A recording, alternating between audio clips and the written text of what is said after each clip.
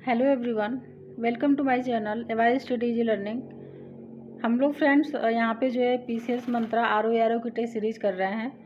तो फ्रेंड्स, आप लोगों की तैयारी कैसी चल रही है? उम्मीद है कि अच्छी चल रही होगी, क्योंकि अब एग्ज़ाम्स जो है काफ़ी पास आने ही वाले हैं। तो आप लोग अपनी तैयारी को काफ़ी अच्छे से करते रहिए। तो चलिए हम लोग फ्रेंड्स इसके पहले एक पार्ट कर चुके हैं, 70 क्वेश्चन हो चुके हैं। तो अभी हम लोग जो है 71 क्वेश्चन को यहाँ से करना शुरू करते हैं, ठीक है। तो 71 नंबर का जो क्वेश्चन है ये है कि निम्न में से कौन सी जल संधि भूमध्य सागर और अटलांटिक महासागर को जोड़ती है? तो इसमें जो है जिब्राल्टर जल संधि इसका आंसर हो जाएगा, ठीक है। जिब्राल्टर जल संधि, तो जो जिब्राल्टर जल संधि है ये स्पेन और मोरक्को को अलग करती है, ठीक है। ये जो है स्पेन को और मोरक्को को अलग करती है और जोड़ती किसको है? तो भूमध्य सागर और अटलांटिक महासागर को जोड़ती है। और जो डोवर जल संधि है ये जो डोवर जल संधि है ये इंग्लैंड और फ्रांस को अलग करती है, लेकिन इंग्लिश चैनल और उत्तरी सागर को जोड़ती है। और डेनमार्क जो जल संधि है, डेनमार्क जल संधि, ये जो है ग्रीनलैंड को आइसलैंड से अलग करती है और उत्तरी अटलांटिक एवं आर्कटिक महासागर को जोड़ती है। और जो नॉर्थ चैनल है ये आयरलैंड को इंग्लैंड से अलग करता है, ठीक है। आयरलैंड को इंग्लैंड से अलग करता है और आयरिश सागर को क्या करता है? अटलांटिक सागर को जोड़ता है। आयरिश सागर और अटलांटिक सागर को जोड़ता है ये जो नॉर्थ चैनल है। चलिए अब दूसरा क्वेश्चन देखते हैं, आगे वाला जो क्वेश्चन है उसको देखते हैं। कांगो नदी कौन सी रेखा को 2 बार काटती है? तो जो कांगो नदी है ये विषुवत रेखा को 2 बार काटती है, ठीक है। विषुवत रेखा को 2 बार काटती है। और जो कांगो नदी है ये अफ्रीका की दूसरी सबसे बड़ी नदी है। अफ्रीका की जो है दूसरी सबसे बड़ी नदी है, ठीक है। और जो इसकी जो सहायक नदियां हैं, एक है कसाई, कसाई है, और एक जो है उबांगी, उबांगी। ये दोनों जो है इसकी सहायक नदियां हैं कांगो नदी की, ठीक है। और ये जो कांगो नदी है ये अफ्रीकी उच्च भूमि से निकलकर अटलांटिक महासागर में समाहित हो जाती है और इसके ऊपर जो है स्टैनली और लिविंग स्टोन जलप्रपात का निर्माण करती है ये कांगो नदी। यानी कि जो कांगो नदी है स्टैनली और लिविंग स्टोन जलप्रपात का निर्माण करती है। तो स्टैनली जलप्रपात तो काफ़ी बार एग्जाम में पूछा हुआ है, तो ये काफ़ी इंपॉर्टेंट नदी है। इससे रिलेटेड जो भी फैक्ट थे इंपॉर्टेंट वो यहाँ पे बता दिए गए हैं। चलिए अब आगे अगला क्वेश्चन देख लेते हैं। रेड इंडियंस, एस्किमो, इन्यूइट और तथा अलूटस आदि किस महाद्वीप के मूल निवासी हैं? तो ये जो है उत्तरी अमेरिका के मूल निवासी हैं, ठीक है। उत्तरी अमेरिका के जो एस्किमो है, एस्किमो ये जो है सर्दी में बर्फ़ का घर बनाकर रहते हैं, जिसे हम लोग इग्लू कहते हैं। इसको हम लोग इग्लू कहते हैं, इग्लू। एस्किमो जो है, एस्किमो रेंडियर कुत्ते का योयो करके क्या करता है? स्लेज गाड़ी को खींचते हैं, ठीक है। चलिए अब अगला क्वेश्चन देख लेते हैं। नेक्स्ट क्वेश्चन जो है 74 नंबर का क्वेश्चन देख लेते हैं। इसमें है दक्षिण अमेरिका के स्थल रुद्ध देश कौन से हैं? तो जो दक्षिण अमेरिका के स्थल रुद्ध देश हैं ये हो जाएगा यहाँ पे बोलीविया और पराग्वे, बोलीविया और पराग्वे हो जाएगा। दक्षिणी अमेरिका का अधिकांश भाग जो है वो दक्षिणी गोलार्ध में स्थित है और मकर रेखा इसके मध्य से और विषुवत रेखा जो है वो अमेजन बेसिन से होकर गुजरती है। किम्बरले का पठार कहाँ स्थित है? तो जो किम्बरले का पठार है ये जो है ऑस्ट्रेलिया में स्थित है, ऑस्ट्रेलिया में स्थित है, ठीक है। ऑस्ट्रेलिया के उत्तर पश्चिमी भाग में स्थित है। अगर पूछे कि किम्बरले की खान कहाँ है, किम्बरले की खान कहाँ है, तो ये जो है दक्षिण अफ्रीका में स्थित है, दक्षिण अफ्रीका में स्थित है।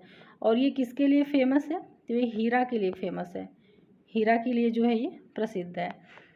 चलते हैं अब अगले क्वेश्चन को देखते हैं। 76 नंबर का जो क्वेश्चन है उसको करते हैं हम लोग। न्यूजीलैंड के उत्तरी द्वीप और दक्षिणी द्वीप को कौन सी संधि अलग करती है? तो ये जो है इसका आंसर हो जाएगा कुक जल संधि अलग करती है।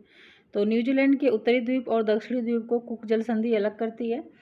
कुक संधि दक्षिणी प्रशांत महासागर को तस्मान सागर से जोड़ती है, ठीक है। किससे जोड़ती है? तो तस्मान सागर से जोड़ती है। किससे? ये दक्षिणी प्रशांत महासागर को। और न्यूजीलैंड को जो है न्यूजीलैंड को दक्षिण का ब्रिटेन बोलते हैं, दक्षिण का ब्रिटेन कहा जाता है। और दक्षिणी आल्प्स पर्वत श्रेणी दक्षिणी द्वीप पर स्थित है। न्यूजीलैंड के जो मूल निवासी हैं उनको जो है हम लोग माओरी बोलते हैं, उसको वो जो है माओरी कहलाते हैं, माओरी। और जो कीवी है, कीवी, ये जो है न्यूजीलैंड का राष्ट्रीय पक्षी है, न्यूजीलैंड का राष्ट्रीय पक्षी है। चलिए अब अगला क्वेश्चन देखते हैं। एक तरफ जो है इसको सुमेलित करना है, तो इसमें बताना है कि कौन सा सुमेलित नहीं है। एक तरफ जो है देश दिया गया है और एक तरफ उसकी राजधानी दी गई है। तो Argentina Buenos Aires, Peru Lima, Venezuela Caracas, Chile Quito. तो इसमें सुमेलित नहीं है बताना है, तो इसका आंसर हो जाएगा डी। ठीक है, इसका आंसर डी हो जाएगा। बाकी अर्जेंटीना ब्यूनस आयर्स बिल्कुल सही है, पेरू लीमा, वेनेजुएला काराकस ये सही है। चिली की जो राजधानी है ये हो जाएगा सैंटियागो, ये जो है ये है सैंटियागो, ये जो है चिली की राजधानी है। ठीक है, और जो क्विटो है, क्विटो ये इक्वाडोर की राजधानी है, इक्वाडोर की राजधानी है क्विटो। तो चलिए नेक्स्ट क्वेश्चन देख लेते हैं। अगला क्वेश्चन 78 नंबर का है। तो इसमें है कि निम्नलिखित में से किस देश के साथ भारत की सबसे कम सीमा संलग्न है। तो इसका जो आंसर हो जाएगा म्यांमार। इसमें जो आंसर है, इस जो ऑप्शंस दिए गए हैं उसके हिसाब से म्यांमार हो जाएगा। बाकी अगर सबसे कम सीमा किसके साथ लगती है तो वो जो है भारत के अफ़गानिस्तान के साथ लगती है, 106 किलोमीटर, 106 किलोमीटर। और सबसे अधिक किसके साथ लगती है तो बांग्लादेश के साथ लगती है। ठीक है, बांग्लादेश के साथ लगती है। ये कितना है तो ये है 96.7 किलोमीटर। ठीक है, ये जो है बांग्लादेश के साथ लगती है। तो जो भारत की स्थलीय सीमा है ये 7 देशों से संलग्न है। भारत बांग्लादेश, भारत जो है चीन, पाकिस्तान, नेपाल, म्यांमार, भूटान और अफ़गानिस्तान। चलिए अब देख लेते हैं नेक्स्ट क्वेश्चन। तो निम्नलिखित में से किस देश का क्षेत्रफल भारत से अधिक नहीं है। तो भारत से अधिक नहीं है बताना है, तो इसका जो आंसर है ये हो जाएगा अर्जेंटीना, अर्जेंटीना हो जाएगा। तो भारत जो है क्षेत्रफल के आधार पर अगर देखा जाए तो विश्व का सातवां जो है वो सबसे बड़ा देश है, सातवां क्षेत्रफल के आधार पर। और भारत से क्षेत्रफल में बड़े देश जो है वो कौन कौन से हैं तो रूस हो जाएगा, रूस हो गया। उसके बाद हो जाएगा चीन, चीन हो गया। यूएसए हो गया, और कौन सा हो गया, कनाडा हो गया, कनाडा हो गया। ब्राज़ील हो गया, ब्राज़ील हो गया। ऑस्ट्रेलिया, ठीक है, ऑस्ट्रेलिया। उसके बाद भारत। तो भारत जो है 7वें नंबर पे क्षेत्रफल के आधार पर विश्व का सबसे बड़ा देश है। चलिए अब आगे अगला क्वेश्चन देखते हैं। क्षेत्रफल के आधार पर सर्वाधिक विस्तृत केंद्र शासित प्रदेश कौन सा है। तो इसका आंसर हो जाएगा लद्दाख, सी हो जाएगा। और सेकेंड नंबर पे कौन सा है तो ये जो है जम्मू कश्मीर है, ये सेकेंड स्थान पे है जम्मू कश्मीर। अगला क्वेश्चन है कि जीरो लाइन किस राज्य की बांग्लादेश के साथ सीमा निर्धारित करती है।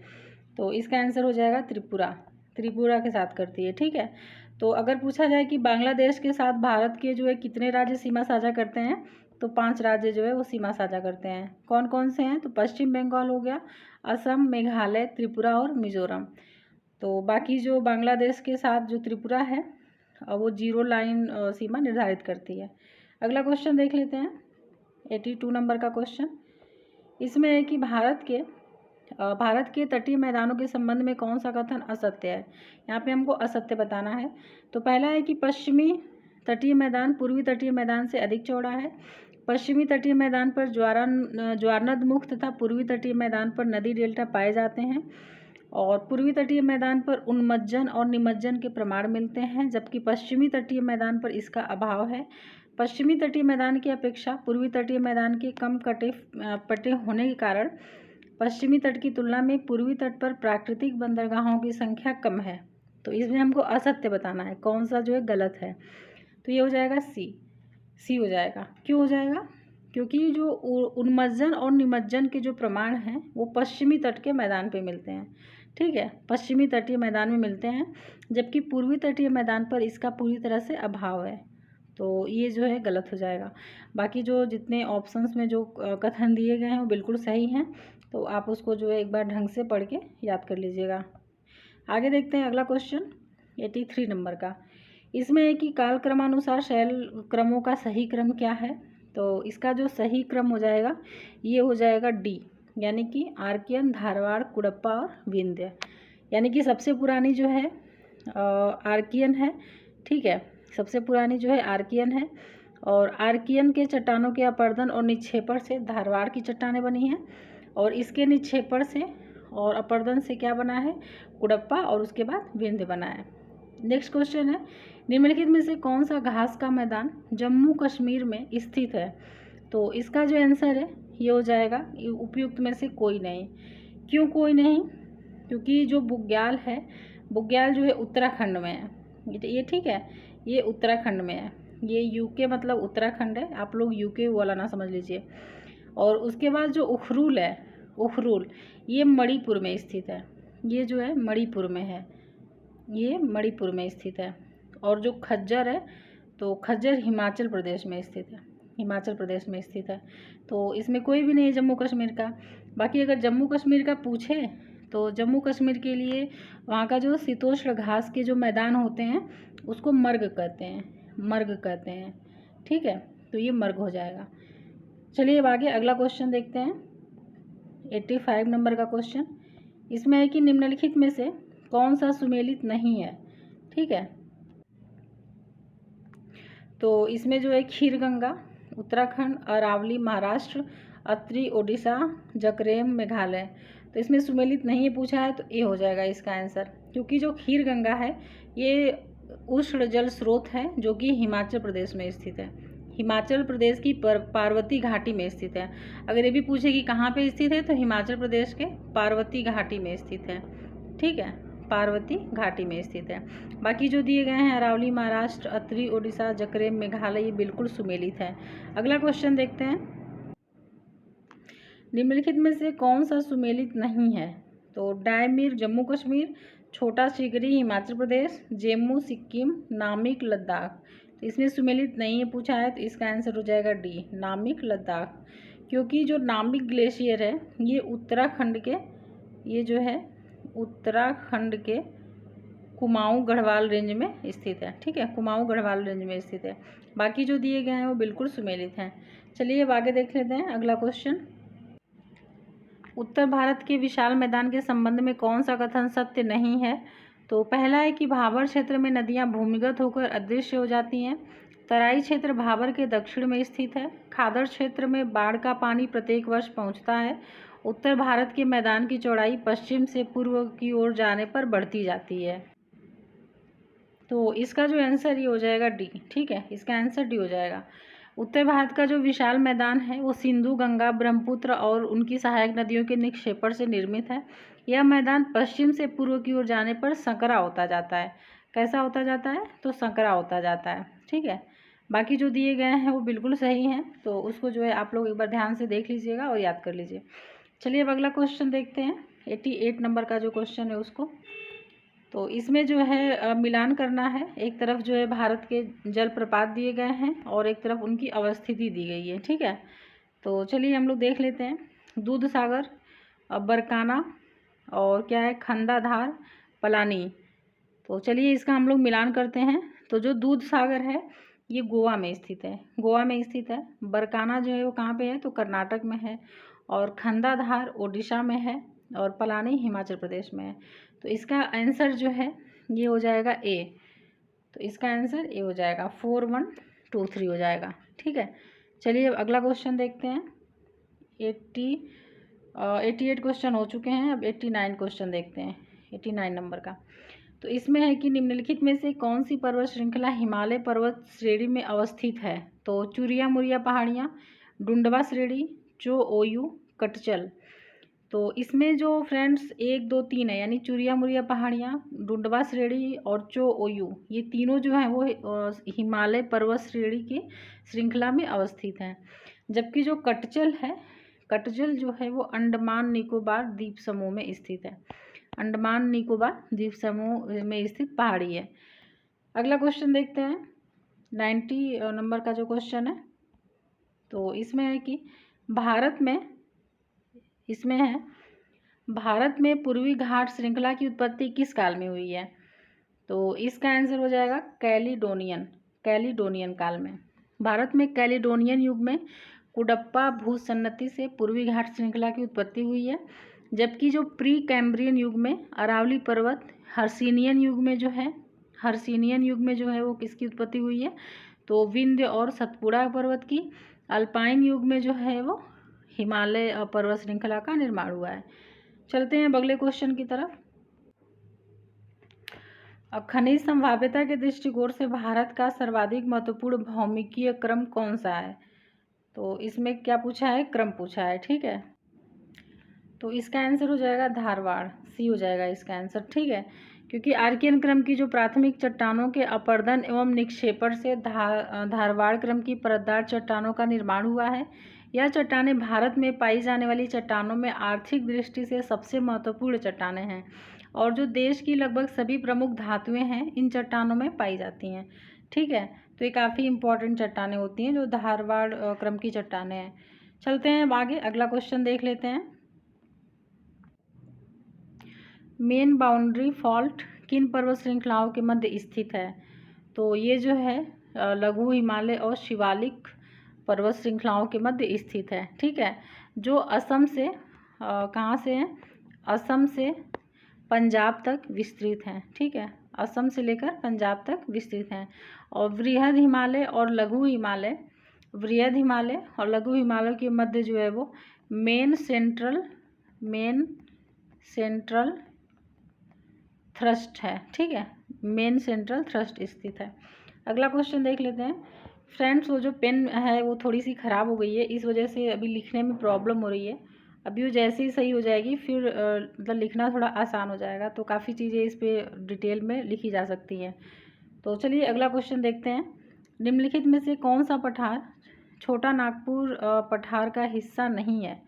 तो इसका जो आंसर हो जाएगा ये हो जाएगा देवगढ़ पठार, ठीक है। देवगढ़ पठार, जो देवगढ़ पठार है ये विंध्याचल बघेलखंड पठार का हिस्सा है।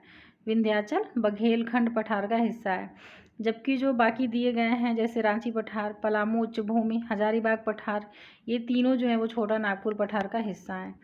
तो चलिए अब आगे देख लेते हैं। अगला क्वेश्चन देखते हैं, 94 नंबर का क्वेश्चन। इसमें है कि निम्न में से कौन सा कथन असत्य है? तो इसमें जो असत्य है उसको बताना है हमको। तो ये हो जाएगा यहाँ पे अलकनंदा और मंदाकिनी कर्णप्रयाग में मिलती हैं, ये असत्य है। चलिए पहले हम लोग पूरा पढ़ लेते हैं एक बार। पहला है कि भागीरथी और अलकनंदा देवप्रयाग में मिलती हैं, तो ये बिल्कुल सही है। केदारनाथ मंदाकिनी नदी के तट पर स्थित है, ये भी सही है। मंदाकिनी नदी केदारनाथ से रुद्रप्रयाग के मध्य बहती है, ये भी सही है। तो इसमें जो सही नहीं है वो कौन सा है? तो ये हो जाएगा बी, ठीक है, बी हो जाएगा। अलकनंदा नदी जो है मंदाकिनी नदी से रुद्रप्रयाग में मिलती है, ठीक है, रुद्रप्रयाग में मिलती है। तो यहाँ पे कर्णप्रयाग में नहीं, ये हो जाएगा रुद्रप्रयाग में मिलती है। चलते हैं अब आगे, अगला क्वेश्चन देखते हैं कि गंगा नदी में बाएं से मिलने वाली सहायक नदियों में पूर्व से सबसे अंत में कौन सी नदी मिलती है? तो इसका जो आंसर है ये इसमें क्या हो जाएगा? तो ये हो जाएगा महानंदा, इसका आंसर बी हो जाएगा। गंगा नदी का जो उद्गम स्थल है वो उत्तराखंड के गोमुख के निकट गंगोत्री है और गोमुख से भागीरथी नाम से निकलती है गंगा। जब ये देवप्रयाग में अलकनंदा नदी से संगम करती है तब जो है ये गंगा का निर्माण करती है। गंगा नदी की जो सबसे अधिक लंबाई है वो कहाँ पे है? तो वो उत्तर प्रदेश में है, ठीक है, उत्तर प्रदेश में है। गंगा नदी में बाएं तट से पश्चिम से पूर्व की ओर रामगंगा, गोमती, घाघरा, गंडक, बूढ़ी गंडक, बागमती, कोसी, महानंदा नदियां मिलती हैं। और जो महानंदा नदी है वो पूर्व की ओर से सबसे अंत में मिलने वाली नदी है, तो ये काफ़ी इंपॉर्टेंट क्वेश्चन है। चलिए अब आगे अगला क्वेश्चन देख लेते हैं। इसमें है भारतीय प्रायद्वीपीय अपवाह तंत्र के बारे में कौन सा कथन असत्य है? तो प्रायद्वीप की नदियां हिमालय की तुलना में अधिक पुरानी हैं। इनकी ढाल प्रवणता बहुत अधिक है क्योंकि ये आधार तल को प्राप्त कर चुके हैं। यहाँ की नदियां विसर्प नहीं बनाती हैं, यह वर्षा जल पर निर्भर रहती हैं तथा ग्रीष्म काल में सूख जाती हैं। तो इसमें हमको असत्य बताना है, ठीक है। तो इसका जो आंसर है ये हो जाएगा बी। इनकी ढाल प्रवणता बहुत अधिक है क्योंकि यह आधार तल को प्राप्त कर चुके हैं। तो चलिए इसका हम लोग एक्सप्लेनेशन देख लेते हैं। तो जो प्रायद्वीप की नदियां हैं वो हिमालय की तुलना में अधिक पुरानी हैं और ये जो है प्रौढ़ावस्था को प्राप्त कर चुकी हैं। तो इन नदियों की ढाल प्रवणता जो है अत्यंत कम है, ठीक है। इसमें लिखा है कि बहुत अधिक है, ये जो है बहुत कम है, ठीक है।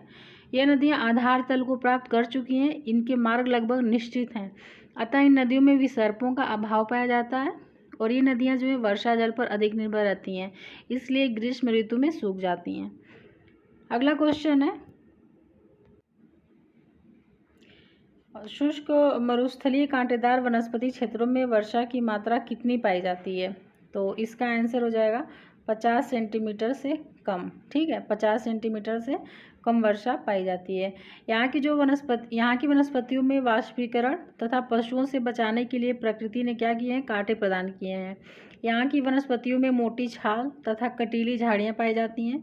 भारत में जो इस प्रकार के वन हैं वो राजस्थान में, गुजरात, दक्षिण पश्चिमी उत्तर प्रदेश, मध्य प्रदेश तथा भीतरी कर्नाटक में पाए जाते हैं, ठीक है। तो चलिए अगला क्वेश्चन है कि क्या कारण है कि मुंबई और कोंकण तट के निवासी तापमान की विषमता और ऋतु परिवर्तन का अनुभव नहीं करते हैं? तो इसका जो आंसर है इसका आंसर हो जाएगा सी, कि समुद्री समकारी जलवायु के कारण, ठीक है। तो भारत की जो तटरेखा है वो काफ़ी लंबी है, इसके कारण इन क्षेत्रों में समुद्री समकारी जलवायु पाई जाती है। समुद्र तट के निकट होने के कारण मुंबई और कोंकण तट के निवासियों को तापमान की विषमता और ऋतु परिवर्तन का अनुभव नहीं होता है। तो इसका जो कारण है समुद्री समकारी जलवायु। आगे क्वेश्चन देखते हैं। अगला क्वेश्चन, भारत जो है किस जलवायु कटिबंध में स्थित है? तो भारत जो है वो शीतोष्ण और उष्ण कटिबंध दोनों उसमें कटिबंधों में स्थित है, ठीक है। नेक्स्ट है कि अत्यधिक तीव्र गति से चलने वाले पवन प्रवाह या जेट स्ट्रीम वायुमंडल के कौन से मंडल में पाए जाते हैं?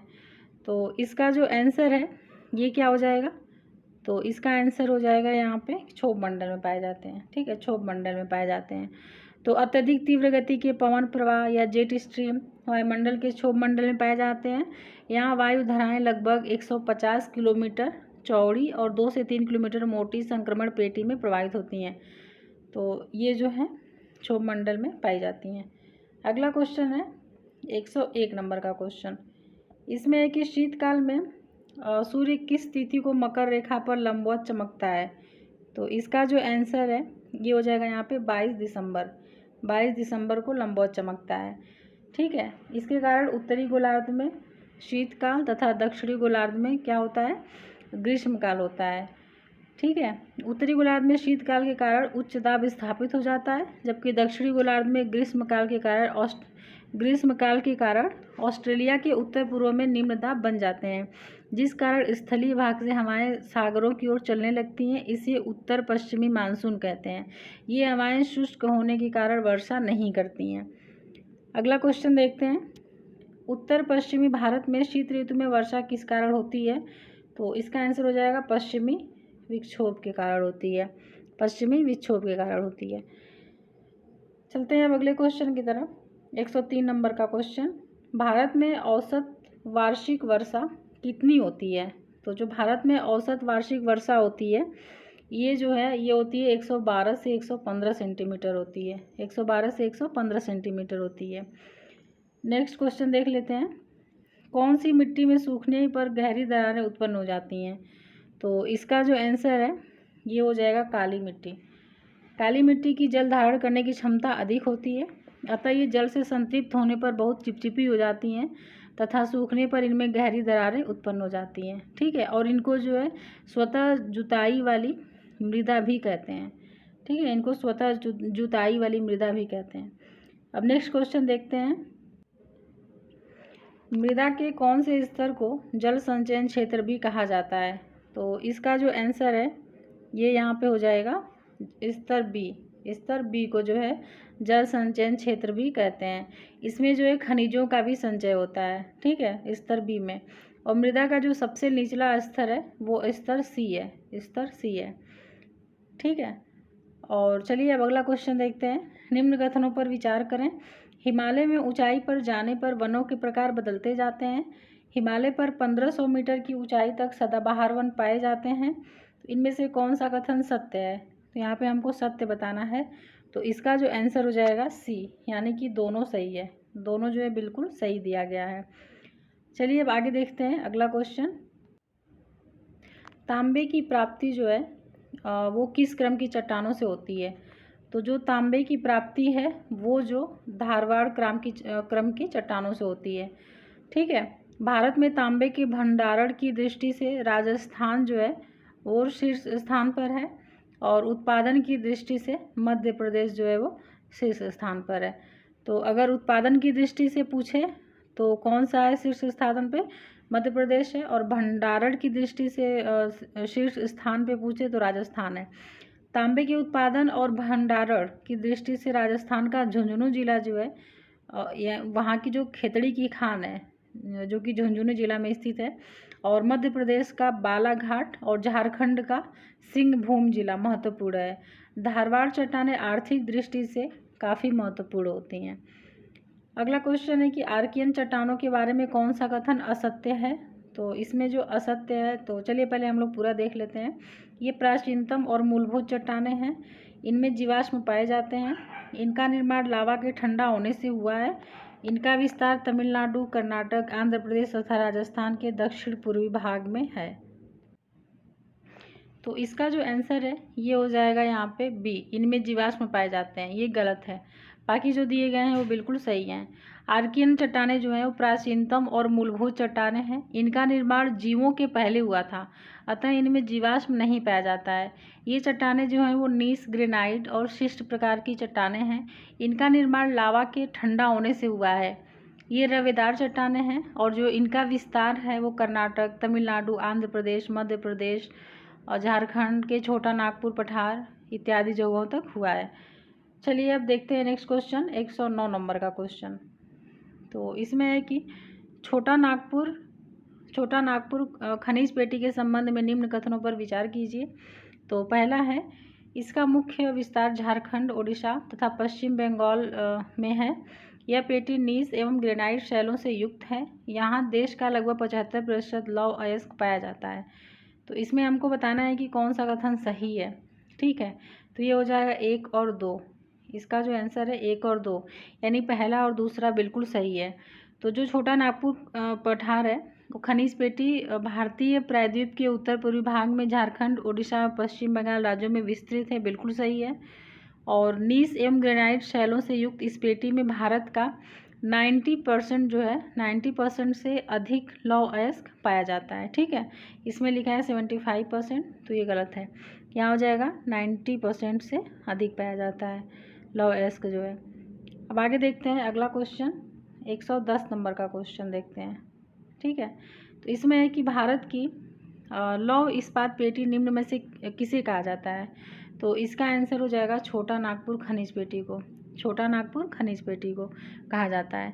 क्यों कहा जाता है? क्योंकि भारत के अधिकांश लौह इस्पात कारखाने जैसे कि बोकारो, दुर्गापुर, जमशेदपुर, राउरकेला, कुल्टी आदि जो हैं वो इसी पेटी में अवस्थित हैं। खेतड़ी की खान जो है वो निम्न में से किस खनिज से संबंधित है? तो जो खेतड़ी की खान है ये तांबा से संबंधित है, तांबा से। और जो खेतड़ी की खान है ये है कहाँ? तो ये जो है राजस्थान के झुंझुनू में अवस्थित है, और यह खान तांबे के उत्पादन के लिए भारत की सबसे सुप्रसिद्ध खान है। अब नेक्स्ट क्वेश्चन देखते हैं। इसमें है, भारत का सर्वाधिक स्वर्ण का उत्पादन निम्न में से किस राज्य में होता है? तो सर्वाधिक जो है वो कर्नाटक में होता है। कर्नाटक जो देश में स्वर्ण का सर्वाधिक अग्रणी राज्य है। यहाँ की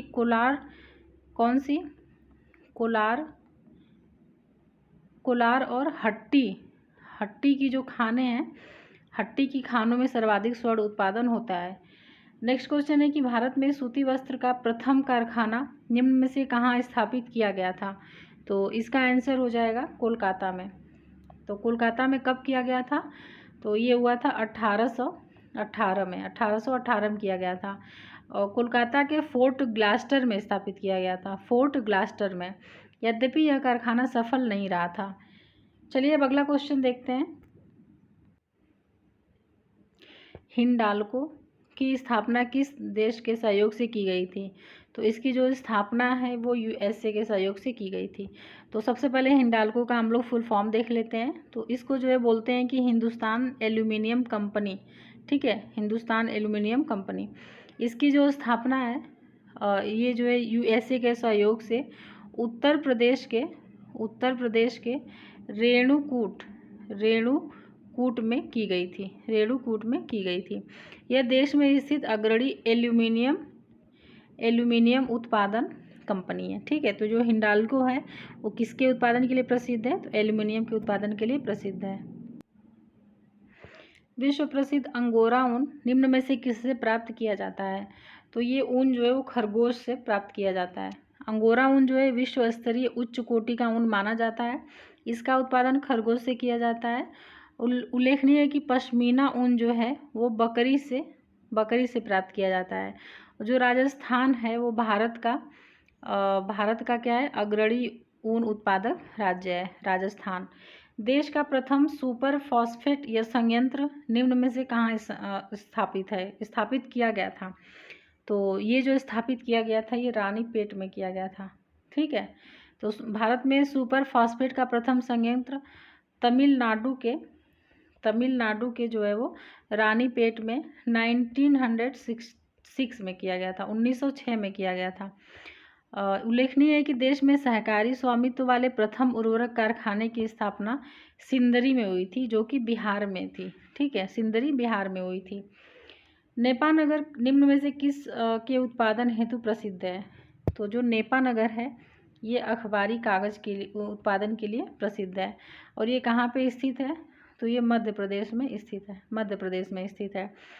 और मध्य प्रदेश के ही होशंगाबाद में नोट छापने के कागज़ बनाने का सरकारी कारखाना भी है। तो अखबारी कागज़ भी मध्य प्रदेश में है और जो नोट छापने का कागज़ बनाने का जो कारखाना है वो कहाँ है? वो भी मध्य प्रदेश के होशंगाबाद में है।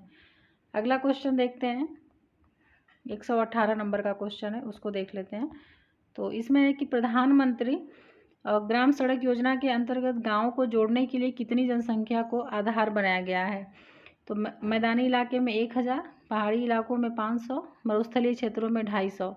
तो बताना है कि कौन सा विकल्प सही है, ठीक है। तो चलिए देख लेते हैं कि कौन सा विकल्प जो है सही है। तो इसका आंसर डी हो जाएगा, तीनों सही है बिल्कुल, ठीक है, तीनों बिल्कुल सही दिया गया है। और जो प्रधानमंत्री ग्राम सड़क योजना है इसकी जो शुरुआत है ये 2000 में की गई थी, सन 2000 में की गई थी। अगला क्वेश्चन है कि राष्ट्रीय हरित राजमार्ग नीति कब जारी की गई थी? तो ये जो नीति है ये 2015 में जारी की गई थी, 2015 में। इसको जो है केंद्रीय सड़क परिवहन मंत्री नितिन गडकरी के द्वारा वृक्षारोपण, सौंदर्यीकरण तथा अनुरक्षण हेतु राष्ट्रीय हरित राजमार्ग नीति जारी की गई थी, ठीक है।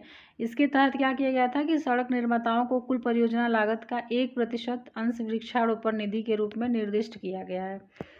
आगे देख लेते हैं अगला क्वेश्चन, 120 नंबर का क्वेश्चन। इसमें है झूम कृषि को अन्य किस नाम से जाना जाता है? तो जो झूम कृषि है उसको अन्य किस नाम से जाना जाता है? तो इसका आंसर हो जाएगा स्थानांतरित कृषि, ठीक है। और झूम कृषि के अंतर्गत कृषि कार्य के लिए वन भूभाग को साफ किया जाता है तथा कुछ वर्षों तक उस स्थान पर कृषि कार्य किया जाता है। जब उस स्थान पर जो मिट्टी की उर्वरता है वो कम हो जाती है तो उसे छोड़कर कहीं और कृषि किया जाता है, इसे ही स्थानांतरित कृषि कहते हैं। गुलाबी क्रांति का संबंध जो है वो किससे है? तो जो गुलाबी क्रांति है इसका जो संबंध है ये मांस उत्पादन से है, ठीक है। और इसी प्रकार जो लाल क्रांति है तो लाल क्रांति का टमाटर उत्पादन से संबंध है। अगर पूछे कि टमाटर उत्पादन किससे संबंधित है तो लाल क्रांति से संबंधित है। और बादामी क्रांति जो है वो मसाला उत्पादन से संबंधित है, बादामी क्रांति, ठीक है। अगला क्वेश्चन देखते हैं कि भारत में हरित क्रांति का जनक किसे कहा गया है? तो भारत में हरित क्रांति का जो जनक वो MS स्वामीनाथन जी को कहा गया है, इसका आंसर बी हो जाएगा। तो 1960 और 70 के दशक के दौरान भारत में खाद्य फसलों के उत्पादन में हुई वृद्धि को हरित क्रांति कहा गया। तो MS स्वामीनाथन को भारत में हरित क्रांति का जनक कहा गया है। तो ईयर भी पूछ देता है, तो ये 1960 से 70। चलिए अब आगे अगला क्वेश्चन देखते हैं। टोडा जनजाति का निवास मुख्य तौर पर कहाँ माना जाता है? तो टोडा जो जनजाति है उसका जो निवास है वो मुख्य तौर पर नीलगिरी पहाड़ी पर माना जाता है। ठीक है। और फ्रेंड्स, जो टोडा जनजाति है इसकी एक मुख्य विशेषता है कि ये जो है बहुपति प्रथा का पालन करती है। यानी कि टोडा जनजाति में बहुपति प्रथा का प्रचलन है। जौनसारी निम्न में से किस राज्य की जनजाति है?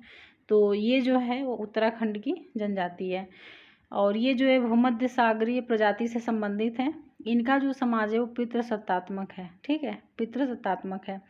निम्न में से भारत के किस प्रदेश की सीमा रेखा नेपाल के साथ सीमा साझा करती है? तो इसमें जो इसका आंसर है ये हो जाएगा उत्तर प्रदेश। उत्तर प्रदेश की जो सीमा रेखा है वो नेपाल के साथ साझा करती है। तो और कौन कौन नेपाल के साथ सीमा साझा करते हैं? तो फ्रेंड्स, जो नेपाल के साथ सीमा साझा करने वाले जो राज्य हैं वो 5 राज्य हैं टोटल। ठीक है, टोटल जो 5 राज्य हैं तो चलिए देख लेते हैं। एक तो हो गया उत्तर प्रदेश, उसके बाद हो गया पश्चिम बंगाल, उत्तराखंड हो गया, सिक्किम हो गया और बिहार हो गया। तो 5 राज्य हो गए। चलते हैं अब अगला क्वेश्चन देख लेते हैं, 126 नंबर का क्वेश्चन। तो इसमें है कि निम्नलिखित में से सही सुमेलित नहीं है। तो सही सुमेलित नहीं है। पहला है कि लक्षद्वीप व मिनिकॉय 9 डिग्री चैनल, उसके आगे है 9 डिग्री चैनल। दूसरा है सुमात्रा व निकोबार डंकन पास, तमिलनाडु और श्रीलंका ग्रैंड चैनल। दिए गए कूट की सहायता से सही उत्तर का चयन करें। तो कौन सा सही है हमको ये बताना है। तो इसका आंसर हो जाएगा 2 और 3। जो 2 और 3 है ये बिल्कुल सही है, पहला गलत है। तो जो सुमात्रा व निकोबार है वो जो है ग्रैंड चैनल, तमिलनाडु और श्रीलंका पाक की खाड़ी द्वारा एक दूसरे से अलग होते हैं। ठीक है, 1 मिनट रुकिएगा। फ्रेंड्स, इसमें पूछा सुमेलित नहीं है ना? हाँ, तो ठीक है। तो इसका आंसर 2 और 3 हो जाएगा क्योंकि जो सुमात्रा व निकोबार है वो यहाँ पे डंकन पास नहीं है, ये हो जाएगा ग्रैंड चैनल। ये जो है ये ग्रैंड चैनल हो जाएगा। और तमिलनाडु और श्रीलंका जो है ये हो जाएगा पाक की खाड़ी, और पाक की खाड़ी द्वारा एक दूसरे से अलग होते हैं। बाकी जो पहला जो है वो सही है, बाकी जो 2 और 3 वो गलत है। तो इसका आंसर भी हो जाएगा क्योंकि इसमें सुमेलित नहीं है, ये पूछा है। अगला क्वेश्चन देखते हैं, 127। क्षेत्रफल की दृष्टि से भारत के राज्यों का घटता हुआ क्रम कौन सा है? तो भारत के राज्यों का घटता हुआ क्रम बताना है हमको। तो इसका आंसर हो जाएगा बी, राजस्थान, मध्य प्रदेश और महाराष्ट्र। तो क्षेत्रफल की दृष्टि से भारत के जो बड़े राज्य हैं देख लेते हैं। तो पहले ऐसे हो जाएगा राजस्थान, फिर हो जाएगा मध्य प्रदेश, उसके बाद हो जाएगा महाराष्ट्र, उसके बाद हो जाएगा उत्तर प्रदेश, और फिर कौन है? तो गुजरात है। ठीक है, तो इसका आंसर बी हो जाएगा। आगे देखते हैं अगला क्वेश्चन। भारत के किस राज्य की सीमाएं 3 देशों क्रमशः नेपाल, भूटान और चीन के साथ सीमा साझा करती है? तो इसका आंसर जो है ये हो जाएगा सिक्किम। सिक्किम हो जाएगा, इसका आंसर डी हो जाएगा। अगला क्वेश्चन है 129 नंबर का क्वेश्चन। निम्नलिखित पर्वत श्रेणियों का उत्तर से दक्षिण की ओर सही क्रम है। यानी कि उत्तर से दक्षिण की तरफ सही क्रम बताना है हमको कि कौन सा इसमें सही है। तो ये हो जाएगा बी, यानी कि पीर पंजाल, जास्कर, धौलाधर, शिवालिक। ठीक है, तो जो हिमालय की पर्वत श्रेणियाँ हैं उसका जो है, चलिए हम लोग उत्तर से लेकर दक्षिण की ओर का सही क्रम देख लेते हैं। तो सबसे पहले तो काराकोरम हो जाएगा, उसके बाद जो है पीर पंजाल हो जाएगा, और उसके बाद जो है जास्कर हो जाएगा, फिर कौन सा हो जाएगा? धौलाधर हो जाएगा, और फिर शिवालिक हो जाएगा। ठीक है, तो इसमें सारे आ गए, तो इसको जो है देख लीजिएगा। चलिए अब अगला क्वेश्चन देखते हैं। निम्नलिखित पहाड़ियों का पूर्व से पश्चिम की ओर का सही क्रम है। तो इसमें सही क्रम हो जाएगा ए, यानी मैकाले, सतपुड़ा और विंध्य। मैकाले, सतपुड़ा और विंध्य, पूर्व से पश्चिम की ओर सही क्रम ये हो जाएगा। ठीक है, अगला क्वेश्चन है कि दक्षिण भारत की निम्नलिखित पहाड़ियों का उत्तर से दक्षिण की ओर का सही क्रम है। तो इसका जो आंसर है ये हो जाएगा ए, यानी कि सबसे पहले नीलगिरी है। ठीक है, नीलगिरी, अन्नामलाई, इलायची पहाड़ी। ठीक है, तो इसका आंसर ए हो जाएगा। चलिए अब आगे क्वेश्चन देखते हैं, 132 नंबर का क्वेश्चन। निम्नलिखित दर्रों का उत्तर से दक्षिण की ओर सही क्रम है। तो फ्रेंड्स अभी जो क्वेश्चंस आ रहे हैं ये रिपीटेड क्वेश्चंस हैं, ये कई बार पूछा हुआ है और लगभग ये हर बार एग्जाम्स में आते ही हैं ये क्वेश्चन। तो इसको आप लोग ध्यान से देखिएगा, ठीक है, क्योंकि इसमें से ज़रूर फंसेंगे आपके क्वेश्चन जो हैं। तो इसमें हमसे पूछ रहा है कि दर्रों का उत्तर से दक्षिण की ओर सही क्रम बताना है। तो इसका जो आंसर ये बी हो जाएगा, यानी कि जोजिला दर्रा, उसके बाद हो जाएगा बुर्जिल दर्रा, रोहतांग दर्रा और माना दर्रा। ठीक है, चलिए अब अगला क्वेश्चन देखते हैं। निम्नलिखित में से कौन सी नदी गंगा में बाएं से नहीं मिलती है? तो जो बाएं से नहीं मिलती है उसका आंसर हो जाएगा गंडक नदी, ये बाएं से नहीं मिलती है। ठीक है, उसका जो आंसर है, इसका जो आंसर है ये हो जाएगा सी। ठीक है, इसका आंसर सी हो जाएगा, टोंस नदी हो जाएगा। ये जो है बाएं से नहीं मिलती है। टोंस नदी जो है गंगा में दाएं से मिलती है। ठीक है, दाएं से मिलती है। गंगा में बाएं तरफ से जो मिलने वाली नदियां हैं वो रामगंगा, घाघरा, गोमती, गंडक, कोसी, महानदी हैं। और गंगा में दाएं तरफ से जो मिलने वाली नदियां हैं तो यमुना नदी, टोंस नदी, सोन नदी, ये सब जो हैं वो दाएं तरफ से मिलती हैं। अगला क्वेश्चन देखते हैं, 134 नंबर का क्वेश्चन। तो इसमें है कि निम्नलिखित में से कौन सा बंदरगाह भारत के पश्चिमी तट पर स्थित नहीं है? तो बताना है कि पश्चिमी तट पर कौन सा बंदरगाह स्थित नहीं है। तो इसमें जो नहीं स्थित है ये हो जाएगा तूतीकोरिन। तूतीकोरिन नहीं स्थित है, क्योंकि जो तूतीकोरिन है ये भारत के पूर्वी तट पर स्थित है, पूर्वी तट पर स्थित है। ठीक है, और कहाँ पे स्थित है? तो तमिलनाडु में स्थित है। और बाकी जो दिए गए हैं, न्यू मंगलोर ये जो है कर्नाटक में स्थित है, कर्नाटक में है। कोचीन जो है वो केरल में है, केरल में है। और मरमा गोवा जो है ये गोवा में, मरमा गाँव जो है वो गोवा में है। ठीक है, तो ये सारे जो है पश्चिमी तट पे स्थित हैं। अगला क्वेश्चन देखते हैं अब हम लोग। प्रायद्वीपीय भारत में पूर्व दिशा में बहने वाली नदियों का उत्तर से दक्षिण की ओर सही क्रम बताना है। तो इसका जो आंसर है ए हो जाएगा, महानदी, उसके बाद गोदावरी, उसके बाद कृष्णा और कावेरी। ठीक है, तो प्रायद्वीपीय भारत में पूर्व की दिशा में बहने वाली प्रमुख नदियों का उत्तर से दक्षिण की ओर जो क्रम है, तो सबसे पहले देखें तो वो हो जाएगा स्वर्ण रेखा, उसके बाद महानदी, गोदावरी, कृष्णा, पेन्नार, कावेरी और लास्ट में है वैगई, वैगई। ठीक है, यानी वैगई ये है। अगला क्वेश्चन देखते हैं, इसमें है कि निम्नलिखित नदियों का पूर्व से पश्चिम की ओर का सही क्रम क्या है? तो इसका जो सही क्रम है ये हो जाएगा सोन, बेतवा, चंबल और लूनी। सी जो है सही हो जाएगा, सोन, बेतवा, चंबल और लूनी। चलिए अब अगला क्वेश्चन देखते हैं, 137 नंबर का। निम्नलिखित में से किन राज्यों की सीमा भूटान के साथ सीमा बनाती है? तो इसका आंसर हो जाएगा ए, पश्चिम बंगाल, सिक्किम, अरुणाचल प्रदेश, असम, ये सब जो है वो भूटान के साथ सीमा बनाते हैं। ठीक है, अब अगला क्वेश्चन देखते हैं। अगला क्वेश्चन जो है उसको देखते हैं, 138। कावेरी नदी भारत के किन राज्यों से होकर प्रवाहित होती है? तो ये जो है भारत के किन राज्यों से होकर प्रवाहित होती है? तो इसका आंसर हो जाएगा सी, यानी कर्नाटक, तमिलनाडु और केरल, तीनों राज्यों से होकर प्रवाहित होती है। तो चलिए कुछ कावेरी के बारे में हम लोग जान लेते हैं, क्योंकि ये काफ़ी इम्पोर्टेंट नदी है। तो कावेरी नदी जो है इसका उद्गम जो है कर्नाटक की ब्रह्मगिरी पहाड़ियों से होता है और इसे दक्षिण भारत की गंगा कहते हैं। कावेरी को दक्षिण भारत की गंगा। इसके प्रवाह क्षेत्र को rice bowl of south India भी कहा जाता है। ठीक है, तो काफ़ी इम्पोर्टेंट नदी है ये। अगला क्वेश्चन देखते हैं अब हम लोग, 139 नंबर का क्वेश्चन। इसमें है हिमालय पर्वत श्रृंखला की कौन सी श्रेणी सबसे दक्षिण में स्थित है? तो जो सबसे दक्षिण में स्थित है ये इसका आंसर हो जाएगा यहाँ पे शिवालिक हिमालय। ठीक है, शिवालिक हिमालय हो जाएगा। शिवालिक हिमालय हिमालय पर्वत श्रृंखला का सबसे दक्षिणी भाग है। तो हिमालय पर्वत श्रृंखला का उत्तर से दक्षिण की ओर सही क्रम क्या हो जाएगा? तो सबसे पहले हो जाएगा ट्रांस हिमालय, उसके बाद हो जाएगा बृहद हिमालय, उसके बाद हो जाएगा मध्य हिमालय और फिर हो जाएगा शिवालिक हिमालय। अब चलते हैं, अब हम लोग इस टेस्ट सीरीज का लास्ट क्वेश्चन देखते हैं, 140 नंबर का क्वेश्चन। तो इसमें है कि नेपाल हिमालय किन नदियों के बीच स्थित है?